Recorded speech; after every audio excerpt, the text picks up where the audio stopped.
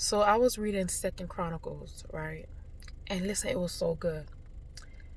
The Bible said that King Solomon, I will say that name wrong, went to go offer an offering to God, 1,000 burnt offerings, right? And that night, God came to him in a dream and said, "Ask me anything you want, I will give you."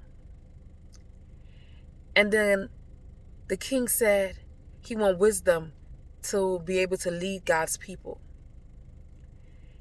But the thing is, God came and asked him, said, "Ask me anything you want, I will give you." He moved God's heart by his offering.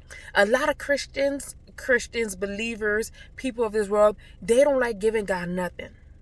They be like, "Oh, why God need my money? Why church need my money?" This man gave 1,000 burnt sacrifices. And God came to him and said, "Ask me anything, I will give you." The world know King Solomon to be one of the most wealthiest kings on the earth that we ever had. Matter of fact, God said, "You ask for wisdom, but because you ask for wisdom and not money, long life, or to kill your enemies, I'm going to give you a heart desire plus more." He gave him wealth. He gave him so much more. But he moved God by his offering. What's holding God from moving on some of you is your offering. What did you give God? What did you sacrifice to him? Sometimes you can't even sacrifice your time. It's hard for you to sacrifice time, and he said he's a jealous God, so you won't even give your time, but then you'll give an offering to the club, an offering to wherever you want to go eat at, because you giving. When you come to the church of God, the house of God, you don't give nothing. You don't give nothing. And that's probably why God not moving on your behalf. Because your heart is hard. And as long as your heart is hard, how could you allow God in to move for you? You can tell that the king's heart was a heart after God, because he said, "I want to wisdom."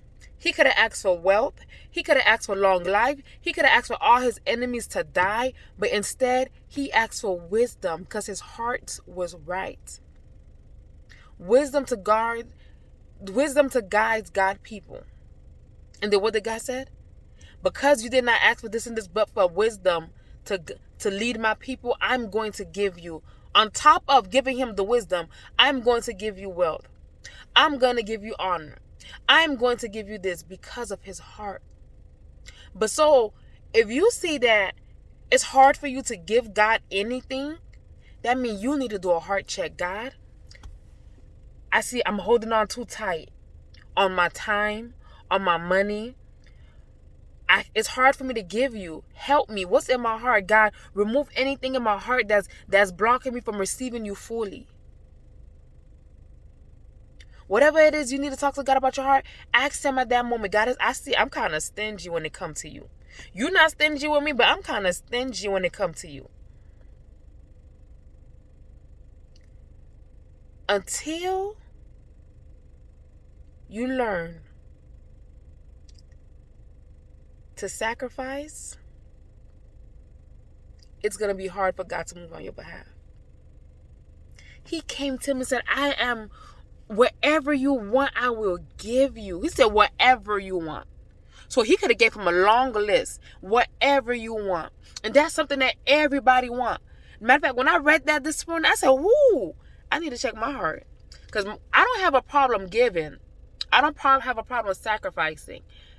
But God didn't come to me yet and ask me, "Whatever you want, I will give you." So that means I'm not doing enough. That's how I took it, for me at least. That means I'm not doing enough, because I want God to come to me and say, "Whatever you want, I will give you."